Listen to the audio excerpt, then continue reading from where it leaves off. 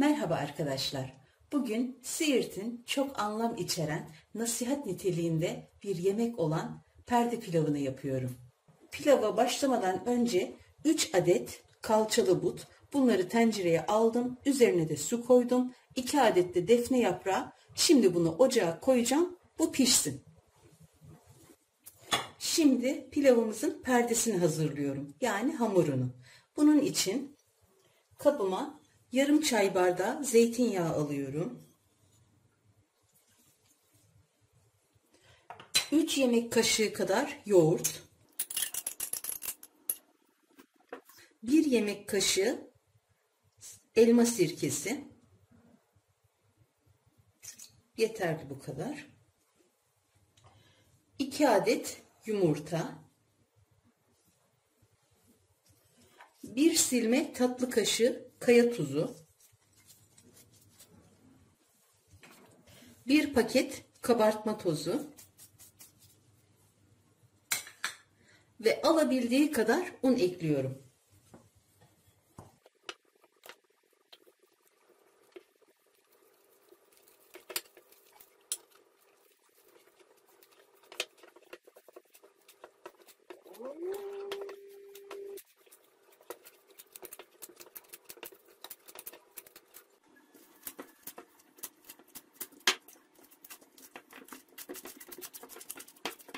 Hamurumuzun kulak memesi yumuşaklığında olması gerekiyor. Hamurum artık hazır. Şimdi hamurum dinlenirken ben de pilavını hazırlayacağım. Pilav için bir kase bademin üzerine sıcak su koydum. Şimdi bunların kabuklarını soyacağım. Pilav tavama 2 yemek kaşığı kadar tereyağı aldım. Yine 2 yemek kaşığı kadar zeytinyağı alıyorum. 1 yemek kaşığı kadar çam fıstığı ve 2-3 yemek kaşığı kadar badem ekleyeceğim. Şu bademlerin yarısını. Kalanları da süslemede kullanacağım. Şimdi tavama ocağa alıyorum. Ocağın altını açtım. Pilavı yapmaya başlayabilirim. Fıstıklar ve bademler kavruluncaya kadar karıştırıyorum.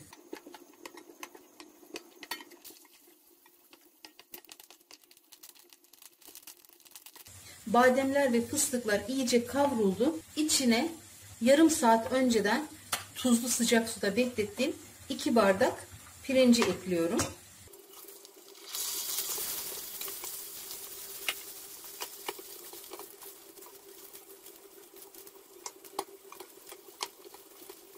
Pirinci de biraz kavurduktan sonra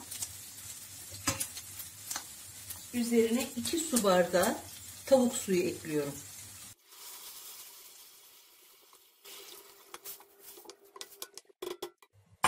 Tuz eklemedim çünkü tavuk suyunda tuz vardı. Onun da üzerine yıkadığım 3 yemek kaşığı kuş üzümünü ekliyorum. Biraz da karabiber. Altını kıstım. Şimdi kapağını kapatıyorum ve kısık ateşte pişmeye bırakıyorum. Suyunu birebir eklersek pilavımız tane tane olur. Suyunu fazla, normal pilavlar gibi fazla eklemiyoruz. 1'e 1,5 değil. Birebir ekledim. Gerçekten güzel oldu. Tane tane oldu. Şimdi kapağını kapatıyorum. Hem demlensin hem de soğusun. İçinde perde pilavını pişireceğim kabı tereyağıyla iyice yağlıyorum.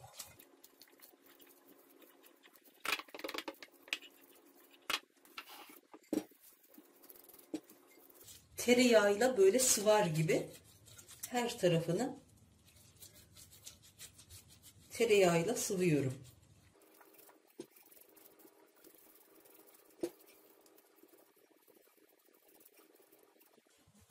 Şimdi kenara ayırdığım bademlerle şekiller oluşturuyorum.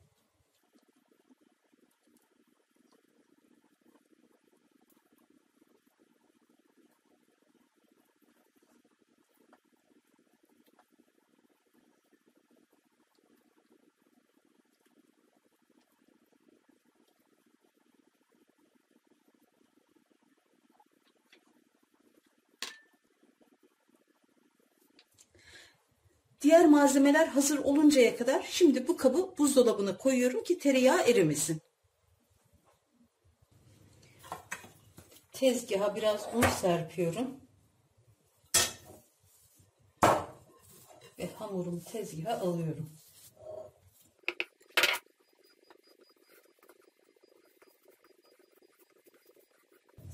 Hamurumun yarısını tezgahta bırakıyorum. Yarısını da tekrar kabıma alıyorum.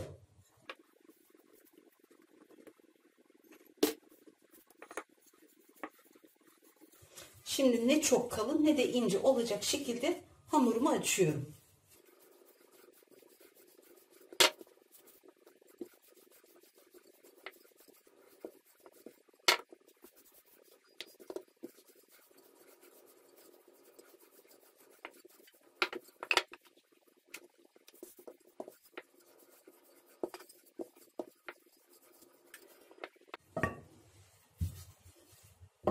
Hamurum belli bir inceliğe geldi.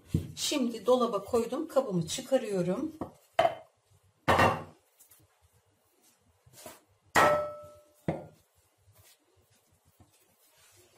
Hamuru şöyle büzerek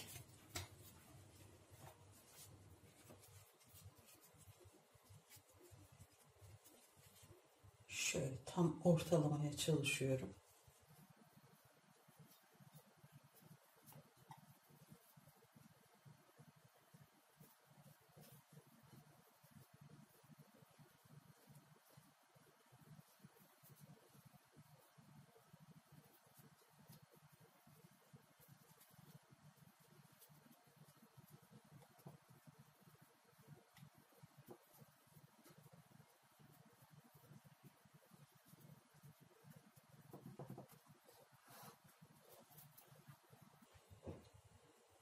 Didiklediğim tavukları da getiriyorum. Şimdi bir kat pilav,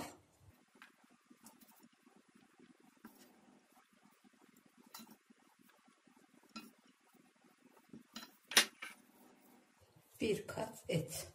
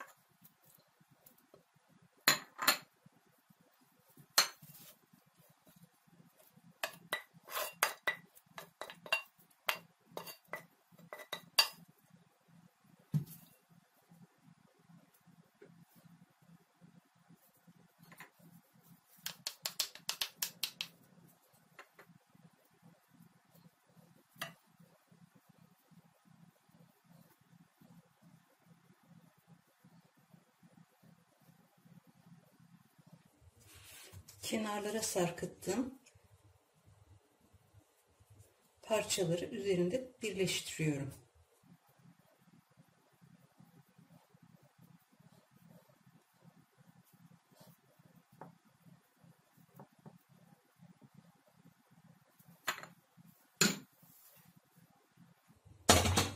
Şimdi üzerine küçük bir kapak daha açacağım. Hamurdan küçük bir kapak yapacağım üzerine.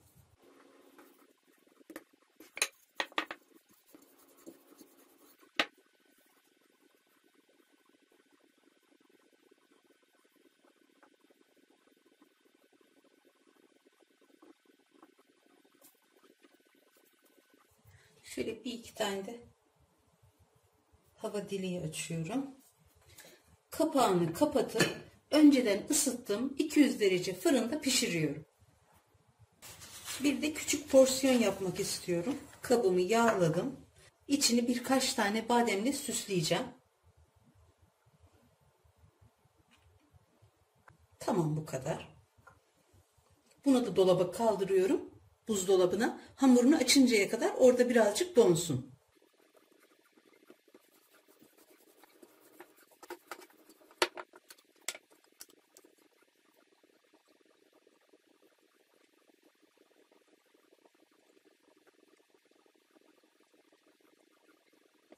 Tamam. Şimdi kalan az bir pilavın içine koyuyorum. Çok az da et kalmıştı.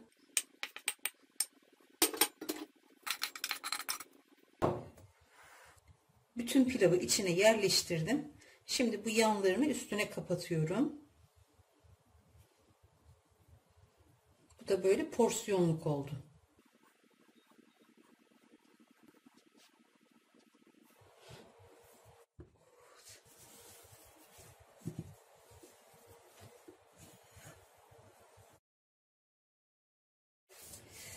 Perde pilavım pişti. Biraz soğusun. Sunum kabına alacağım.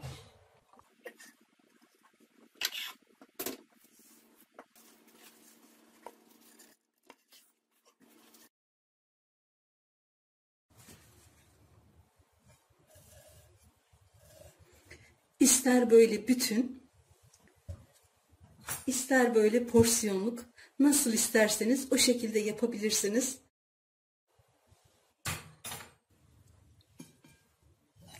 Siirt yöresine ait çok özel, çok güzel ve çok lezzetli bir yemek.